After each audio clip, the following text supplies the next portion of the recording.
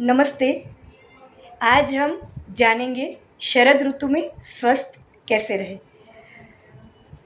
आयुर्वेद के हिसाब से अभी जो मॉनसून सीज़न में यानी कि ये बारिश की सीज़न में जो ऋतु आती है शरद ऋतु। तो ये शरद ऋतु में बहुत ही लोग बीमार होते हैं, क्योंकि बीमार होने के बहुत सारे रीज़न हैं। इस ऋतु यानी आयुर्वेद में रोगों की माता भी कही जाती है, यानी कि इस ऋतु में ज़्यादातर लोग बीमार होते हैं।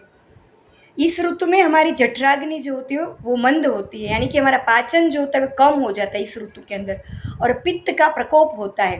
तो इस ऋतु के अंदर हमें स्वस्थ रहने के लिए थोड़ा सा ध्यान रखेंगे अपनी लाइफस्टाइल का, अपनी दिनचर्या का, तो हमें कोई प्रॉब्लम नहीं आएगा। ज़्यादातर इन ऋतु में गैस, इंडाइजेशन, वॉमिटिंग, फिर पित्त का प्रकोप, बहुत ही एसिडिटी होना, अच्छा नहीं लगना, बहुत ही प्रॉब्लम आते हैं, यानी कि हमें पूरा दिन अच्छा फील नहीं होता, अंदर हैवीनेस फील होता है, ऐसा होता है।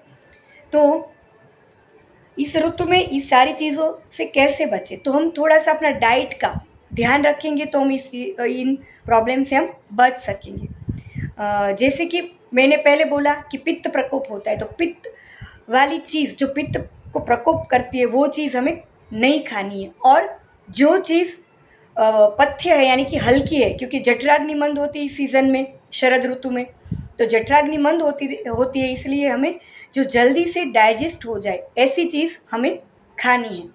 तो इसके लिए हमें खट्टी चीज़, बहुत तली हुई चीज़, बहुत मसाले वाली चीज़ इस सीज़न में नहीं खाना है। खास करके दही वर्ज्य है इस सीज़न में, क्योंकि दही से बहुत ही पित्त बढ़ता है इंडाइजेशन के कारण, और मंद अग्नि के कारण वो पित्त को और बढ़ाता है, कफ को भी और बढ़ाता है।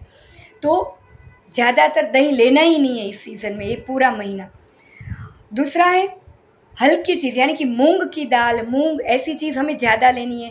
फिर लौकी, तोरी, वैसी सब्जी हमें, परवल, वो जो चीज़ है वो हमें वेजिटेबल्स में वो सब चीज़ खानी है।